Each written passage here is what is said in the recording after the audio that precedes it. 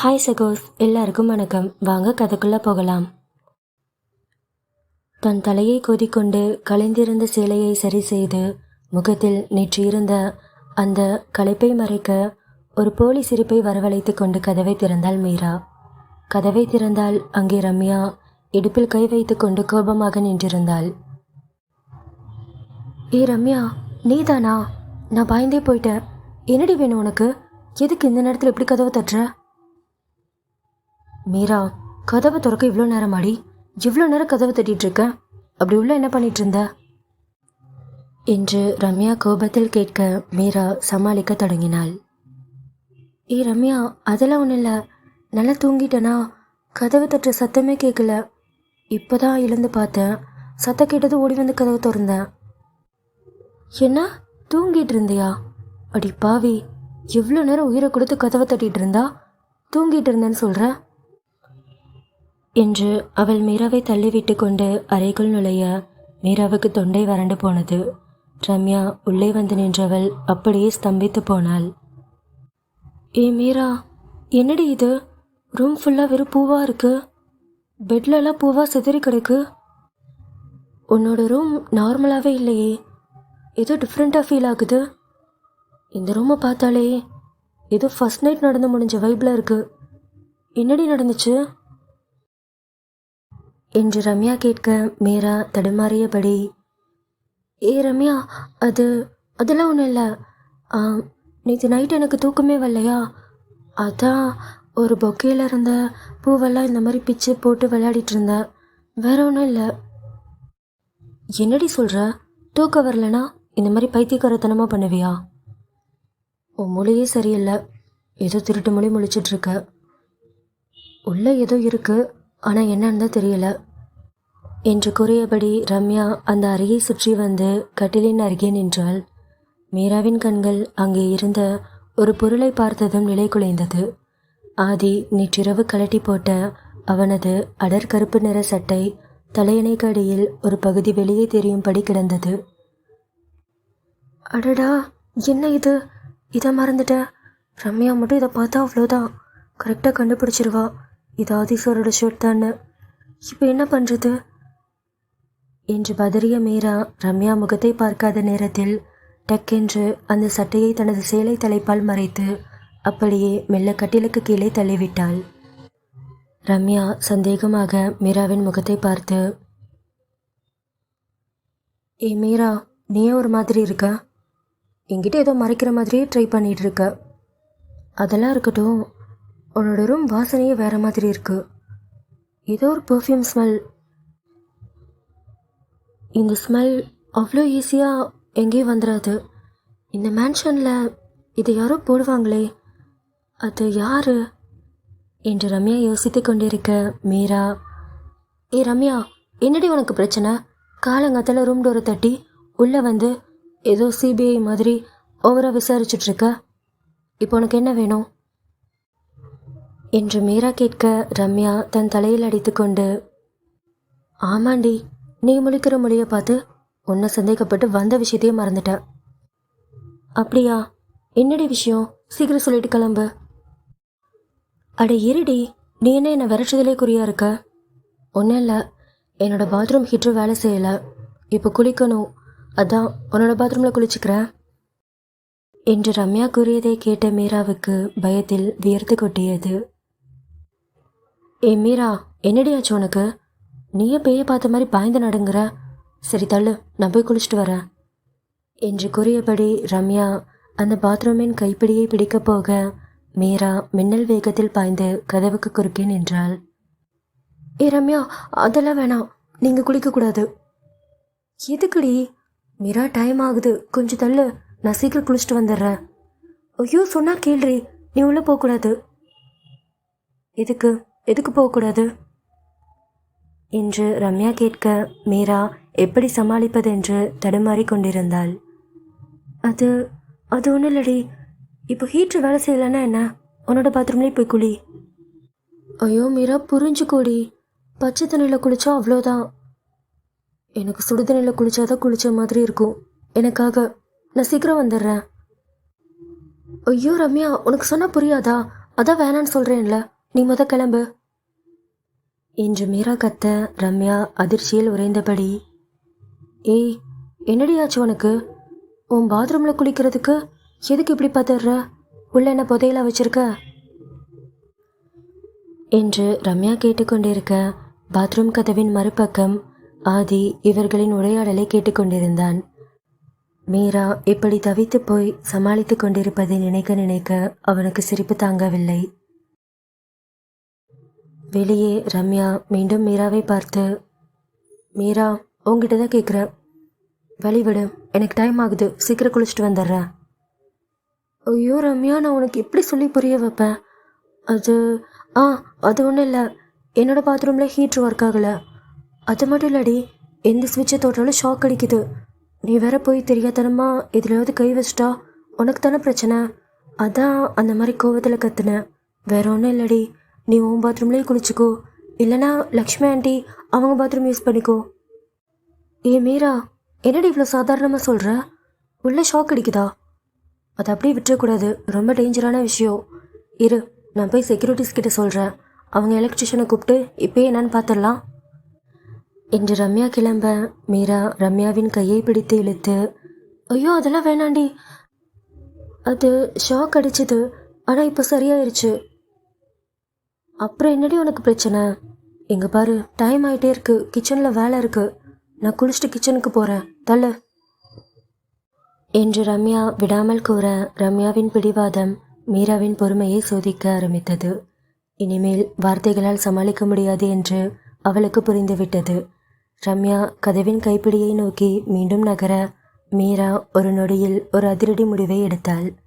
மீரா ரம்யாவை வழிமறைத்து, நில்லடி ஒரு நிமிஷம். மீரா, இப்போ என்னடி பிரச்சனை?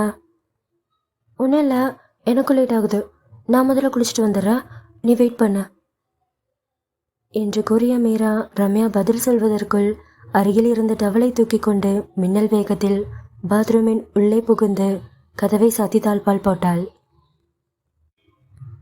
மீரா, என்னடி இப்படி பண்ணிட்ட? சரியான லூஸு, அப்பயே சொல்லிட்டு உள்ளே போயிருக்க வேண்டியதானே, இவ்வளோ நேரம் டைம் வேஸ்ட்டு. சீக்கிரம் வாடி, நான் ரூமில் தான் இருப்பேன் என்று வெளியிருந்து ரம்யா கூற, உள்ளே நுழைந்த மீரா மூச்சிறைக்க கதவில் சாய்ந்து நின்றாள். திரும்பி பார்த்தால் அங்கே ஆதி. அவன் எதை பற்றியும் கவலைப்படாமல் ஒரு ராஜாவை போல நின்றிருந்தான். மீராவின் பதற்றத்தை கண்டு அவன் முகத்தில் ஒரு எள்ளல் சிரிப்பு. மெதுவாக தனது பேண்ட் பாக்கெட்டிற்குள் கை வைத்து தனது சிகரெட் லைட்டரை எடுத்தான். ஒரு சிகரெட்டை எடுத்து இதழுக்கு நடுவே வைத்து மிக ஸ்டைலாக அதை பற்ற வைத்தான். மீரா அதிர்ச்சியில் உறைந்து, என்ன இது, நான் இப்படி பாய்ந்து போய் சமாளிச்சிட்ருக்கேன், நீங்கள் எதை பற்றி கவலைப்படாமல் ஸ்டைலாக தம் அடிச்சிட்ருக்கீங்க என்று மீரா கேட்க, ஆதி புகையை மெல்ல ஊதிவிட்டு அவளை நெருங்கி, ஏண்டி, நீ தானே என்ன பாத்ரூம்குள்ளே அடைச்சி வச்ச? என்ன மாதிரி ஒரு அரக்கனை ஒரு குண்டுக்குள்ளே அடைச்சா அவனுக்கு பசியும் போது ஏறும்னு உனக்கு புரியாதா? இப்போ பாரு, உன்னை இங்கே பார்த்ததும் எனக்கு பசி எடுக்க ஆரம்பிக்குது. ஐயோ என்னங்க நீங்கள், வெளியே வர ரம்யா நின்றுட்டுருக்கா, நீங்கள் என்னடாண்ணா ரொமான்டிக்காக பேசிகிட்ருக்கீங்க? என்ன ரொமான்டிக்காக பேசுகிறேண்ணா? இந்த தம்மு முடிஞ்சதுக்கப்புறம் பாரு என்ன நடக்குதுன்னு. ஐயோ விளையாடாதீங்க, ரம்யா வேறு வெளியே நிற்கிறா, இப்போ என்ன பண்ணுறது? அதுவா, ஒன்று பண்ணலாமா?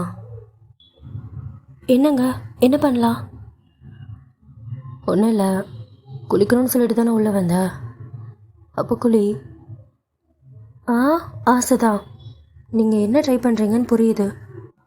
இந்த மாதிரி நேரத்தில் கூட அவங்க புத்தி எங்கே போகுது என்று கூறியபடி மீரா அவனை முறைத்து பார்த்து கொண்டிருக்கும் போதே வெளியே இருந்து ரம்யாவின் குரல் கேட்டது. ரம்யா கதவை தட்டியபடி, மீரா என்னடி பண்ணுற? ஐயோ ரம்யா, குளிச்சுட்டு தாண்டி இருக்கேன். குளிக்கிறேன்னு சொல்கிற, உள்ள சத்தமே கேட்கலையே, என்னடி பண்ணிகிட்ருக்க? எனக்கு டைம் வேற ஆகுது என்று ரம்யா கூற, மீராவுக்கு பயத்தில் நாக்கு வறண்டு போனது. ஐயோ போச்சு, இவ என்னை விட மாட்டாளே என்று பதறியபடி ஆதியை பார்த்தாள். ஆதி சார், என் நிலைமையை பார்த்தீங்களா? இப்போ என்ன பண்ணுறது? என்று மீரா கேட்க ஆதி ஒரு கள்ள சிரிப்புடன் எதற்கும் தயங்காமல் சட்டென்று ஷவரை முழு வேகத்தில் திருப்பிவிட்டான். அடுத்த நொடி சலசலவென தண்ணி கொட்டத் தொடங்கியது. ஆனால் அந்த சிறிய பாத்ரூமில் அவர்கள் இருவரும் மிக நெருக்கமாக நின்றிருந்ததால் கொட்டும் தண்ணீர் இருவர் மேலேயும் சரிசமமாக விழுந்தது. மீரா நனையாமல் இருக்க ஆதியின் மார்போடு ஒட்டி கொண்டாள். ஆனால் ஷவர் நீர் இருவர் மேனியையும் முழுமையாக நனைத்தது. ஆதியின் இதழ்களில் இருந்த அந்த சிகரெட் அணைந்து போனது. ஐயோ சார், என்ன இது? ஏன் இப்படி பண்ணிட்டீங்க? ஏண்டி, குளிக்க போகிறேன்னு சொல்லிட்டு உள்ளே வந்து இந்த மாதிரி தண்ணி சத்தமே கேட்கலனா யாருக்கா இருந்தாலும் டவுட் வரும்ல, அதான் ஓப்பன் பண்ணேன் என்று ஆதி கூற மீரா லேசான புன்னகையுடன் ஆதியை பார்த்தாள். ஆதி நனைந்த உடலோடு அவளது காதோரம் குனிந்து, ஏண்டி, குளிக்க போகிறேன்னு சொல்லிட்டு உள்ளே வந்த, இப்போ பாரு, நம்ம 2 பேரும் சேர்ந்து ஒன்றாவே குளிச்சிட்டோம். இதுக்கு ரம்யாவுக்கு தான் தேங்க்ஸ் சொல்லணும் போலையே என்று அவன் கேட்க மீரா நடுங்கும் குரலில், ஆதி சார் வேணாம், தள்ளி நில்லுங்க. இந்த மாதிரி முழுசாக நனைஞ்சிட்டிங்களே, எப்படி வெளியே போவீங்க? இங்கே பாரு, வெளியே போகிறத பற்றி அப்புறம் யோசிக்கிறேன். இப்போது இந்த ஷவரில் மொத்தமாக நனைஞ்சு என் கைக்குள்ளே சிக்கியிருக்க. இப்போ என்ன பண்ணுறதுன்னு மட்டும் யோசிக்கலாம் என்று கூறியபடி ஆதி அவளை சுவரோடு சேர்த்து அழுத்தினான். அந்த கொட்டும் நீர்த்துளிகளுக்கு நடுவே ஆதிக்கும் மீராவுக்கும் இடையிலான அந்த நெருப்பு இன்னும் அதிகமாக எரிய தொடங்கியது. மீராவின் அந்த நனைந்த சிவப்பு சேலை அவளது மேனியோடு ஒட்டிக்கொள்ள ஆதியின் கண்கள் மீண்டும் வேட்கையை தொடங்கின. கொட்டும் ஷவர் நீரின் சத்தத்தில் ரம்யாவின் குரல் மறைந்து போக அந்த சிறிய இடமே ஆதி மற்றும் மீராவின் தனி உலகமாக மாறியது. ஷவர் நீர் மீராவின் தலைமுடியை நனைத்து அவளது முகம் வழியாக வழிந்து அவள் அணிந்திருந்த அந்த மெல்லிய சிவப்பு சேலையை அவளது மேனியோடு ஒரு 2ஆம் தோலை போல ஒட்டச் செய்தது. ஆதி தனது மேனியில் வழிந்த நீரை ஒரு பொருட்டாகவே மதிக்கவில்லை. அவன் கண்கள் இப்போது மீராவின் மீது நிலைத்திருந்தன. அந்த நனைந்த சிவப்பு சேலையில் மீராவின் தேகம் அப்படியே அப்பட்டமாக தெரிய ஆதியின் உள்ளுக்குள் ஒரு மின்னல் பாய்ந்தது. ஆதி அவளது இடையில் கை வைத்து அவளை தன் பக்கம் இழுத்தான். மீரா, இந்த ரெட் சாரியில் அவ்வளோ அழகாக இருந்த, ஆனால் இந்த ரெட் கலர் சாரி நனைஞ்ச பிறகு இன்னும் டேஞ்சராக கண்ணுக்கு தெரிகிற என்று கூற மீரா அவன் கண்களை மட்டுமே பார்த்து கொண்டிருந்தாள். ஆதியின் விரல்கள் மெல்ல மீராவின் இடையே சுற்றி கீழே இறங்கின. அந்த நனைந்த துணியின் மேலாக அவனது விரல்கள் விளையாடத் தொடங்கியதும் மீரா குளிரிலும் தகிப்பிலும் ஒரு முறை விக்கித்து நின்றாள். ஆதியின் ஈரமான கைகள் அவளது தோள்பட்டையிலிருந்து மெல்ல கீழே சரிந்து அவளது முதுகின் வளைவுகளை வருடியது. மீரா அவன் மார்பில் கைகளை வைத்து தள்ள முயன்றாள். ஆனால் ஆதியின் பிடி இன்னும் இறுகியது. ஆதியின் விரல்கள் மீராவின் கழுத்து வளைவில் இருந்து தொடங்கி மெதுவாக தாடை வரை ஊர்ந்து சென்றன. மீரா தழுத்தழுத்த குரலில், ஆதி சார் ப்ளீஸ், இங்கே வேணாம், யாராவது கேட்டு போகிறாங்க. உங்கள் கைப்படுற இடம்லாம் ஏதோ ஷாக் அடித்த மாதிரி இருக்கு, விடுங்க போதும். ஏண்டி, விடுங்க விடுங்கண்ணா எப்படி முடியும்? விடுங்கன்னு நீ சொல்கிற, ஆனால் உன் கண்ணு என்னை விட்டுறாதீங்க, இதே மாதிரி இன்னும் இறுக்கமாக பிடிச்சிக்கோங்கன்னு சொல்லுதே என்று அவன் பேசிக்கொண்டே மீராவின் காதோரம் வழிந்த நீர்த்துளியை தனது இதழ்களால் துடைத்தான். அவனது கைகள் இப்போது அவளது இடையின் மடிப்புகளில் விளையாட மீரா ஆதியின் மேனியை இறுக பற்றி கொண்டு கண்களை மூடினாள். ஆதி மீராவின் முகத்தை நோக்கி தன் முகத்தை கொண்டு சென்ற அந்த உச்சக்கட்ட தருணத்தில் மீண்டும் கதவு தட்டப்படும் சத்தம் கேட்டது. இந்த முறை சத்தம் மிக பலமாகவும் அவசரமாகவும் இருந்தது. ரம்யா வெளியே இருந்து சத்தமாக, ஏய் மீரா, என்னடி பண்ணிகிட்ருக்க? 1/2 மணி நேரமாக ஷவர் ஓடிட்டுருக்கு, இன்னும் நீ வெளியே வரலையா? டைம் வேற ஆச்சு, முதல்ல கதவு தர என்று ரம்யா வெளியே இருந்து கதவை தட்டி கொண்டிருக்க மீரா பதற்றத்தில் ஆதியின் மார்பில் சாய்ந்து, சார் இப்போ என்ன பண்ணுறது? என்ன வேணாலும் பண்ணலாம். ஐயோ விளையாடாதீங்க, ஏதாச்சும் ஐடியா கொடுங்க. இதுக்கப்புறம் ரம்யா கதவை உடைச்சிட்டு உள்ளே வந்தாலே வந்துடுவா. என்று மீரா கூற ஆதி ஒரு நொடி யோசித்துவிட்டு அவள் காதோரம் குனிந்து ஒரு யோசனையை கூறினான். என்ன சார் இது ஒர்க் அவுட் ஆகுமா? கண்டிப்பாக ஆகும் என்று ஆதி கூற மீரா சிரித்து கொண்டபடி தலையை அசைத்தாள். மீரா, இப்போ கதவு திறக்கிறியா இல்லை கதவு உடைச்சிட்டு உள்ள வரவாடி என்று ரம்யாவின் குரல் கேட்க மீரா சத்தமாக மரண பயத்தில் கத்துவது போல, ஐயோ பாம்பு பாம்பு, யாராவது வாங்க என்று மீராவின் அலறல் கேட்டதும் ரம்யா பயந்து போய், ஏ மீரா, ஏண்டி கத்துற? என்ன பாம்பா? ஐயோ ரம்யா, ஆமாண்டி. ஏ மீரா, என்னடி வளர்ற? எப்படி பாம்பு பாத்ரூம்குள்ளே வரும்? ஏ ரம்யா, கேள்வி கேட்குற நேரமாடி இது? பாத்ரூம் ஜன்னல் வழியா ஒரு பெரிய பாம்பு உள்ள நுழைஞ்சிருச்சு. அந்த பாம்பு என்னையே குறுகுறுன்னு பார்க்குது, என்கிட்ட வந்துட்டுருக்கு என்று ஆதியை பார்த்தபடி மீரா கூறிக்கொண்டிருக்க வெளியே இருந்த ரம்யாவுக்கு இதயம் வாய்க்கு வந்துவிட்டது. ஏ மீரா, என்னடி சொல்கிற? சரி, நீ நகராம அங்கேயே இரு, நான் போய் யாராவது கூப்பிட்டு வந்துடுறேன் என்று கத்திக்கொண்டே அவசர அவசரமாக அங்கிருந்து ஓடிவிட்டாள். ரம்யா ஓடும் சத்தம் பாத்ரூமின் உள்ளே இருந்த மீரா மற்றும் ஆதிக்கு தெளிவாக கேட்டது. அப்போதுதான் மீரா ஒரு நீண்ட பெருமூச்சு விட்டாள். அப்பாடா, ரம்யா ஓடிட்டா என்று சொல்லிவிட்டு திரும்பியவள் அப்படியே ஆதியின் அணைப்புக்குள் சிக்கினாள்.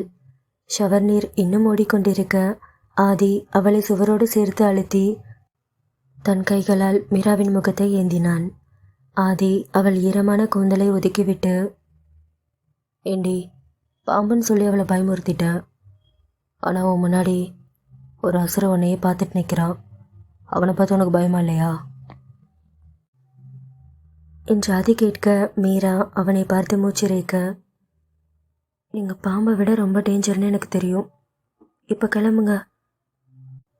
அவன் மறுபடியும் உள்ளே வந்துட்டா அவ்வளோதான் என்று அவள் பேசிக்கொண்டிருக்க ஆதி அவளை பேச விடவில்லை.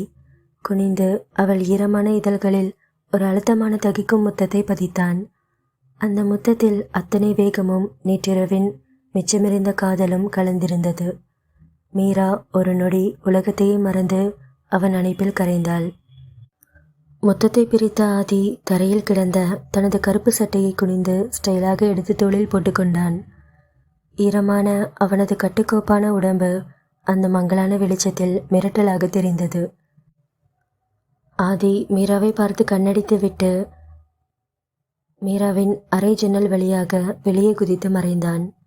ஆதி போன பிறகு மீரா அப்படியே பாத்ரூம் கதவோரம் சாய்ந்து ஆதியின் நினைவுகளை எண்ணி சிரித்தாள். அவளது இதயம் இன்னும் வேகமாக துடித்து கொண்டிருந்தது. நனைந்த உடலோடு தரையில் சிதறி கிடந்த ரோஜா இதழ்களை பார்த்தாள். ஆதி அவளை தீண்டிய அந்த இடமெல்லாம் இன்னும் மணலாக தகிப்பதைப் போல அவளுக்கு தோன்றியது. அவளது இதழ்களில் ஒரு கள்ள சிரிப்பு மலர்ந்தது. ஆதி காட்டிய அந்த மிரட்டலான காதலும் அவனது அந்த சில்மிஷங்களும் அவளை மொத்தமாக மாற்றிவிட்டன. மீரா தனக்குள் சிரித்து கொண்டபடி, ராட்சசன் நினச்சா என் கூட இருக்கும்போது என்னென்ன செட்டப் பண்ணது பாரு, ஒரு 5 நிமிஷம் கூட உங்களை பிரிஞ்சிருக்க முடியல, நீங்கள் பண்ணுற இந்த சேட்டையெல்லாம் தான் என்னை உங்ககிட்ட இன்னும் அடிமையாக்குது என்று தனக்குள் சிரித்து கொண்டாள். இந்த கதையுடைய அடுத்த பாகம் சீக்கிரமே நம்ம சேனலில் வந்துடும். மறக்காமல் சேனலை சப்ஸ்கிரைப் பண்ணிக்கோங்க. கதையை பற்றின உங்கள் கருத்துக்களை கமெண்ட்டில் சொல்லுங்கள். கதை பிடிச்சிருந்துச்சுன்னா வீடியோக்கு மறக்காமல் ஒரு லைக் பண்ணிக்கோங்க.